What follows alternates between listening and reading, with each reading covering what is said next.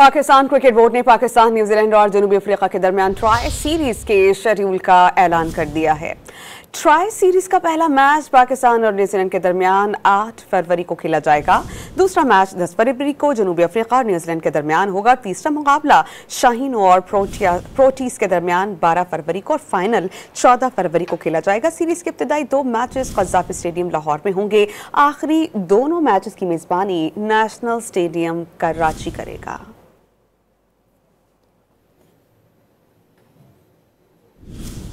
Tri series का पहला match Pakistan और न्यूजीलैंड के दरमियान 8 फरवरी को खेला जाएगा। दूसरा मैच 10 फरवरी को जनूबी अफ्रीका और न्यूजीलैंड के दरमियान होगा। तीसरा मुकाबला शाहीनों और प्रोटीज के दरमियान 12 फरवरी को और फाइनल 14 फरवरी को खेला जाएगा। सीरीज के इब्तिदाई 2 मैचेस क़ज़ाफ़ी स्टेडियम लाहौर में होंगे। आखिरी दोनों मैचेस की मेज़बानी नेशनल स्टेडियम कराची करेगा।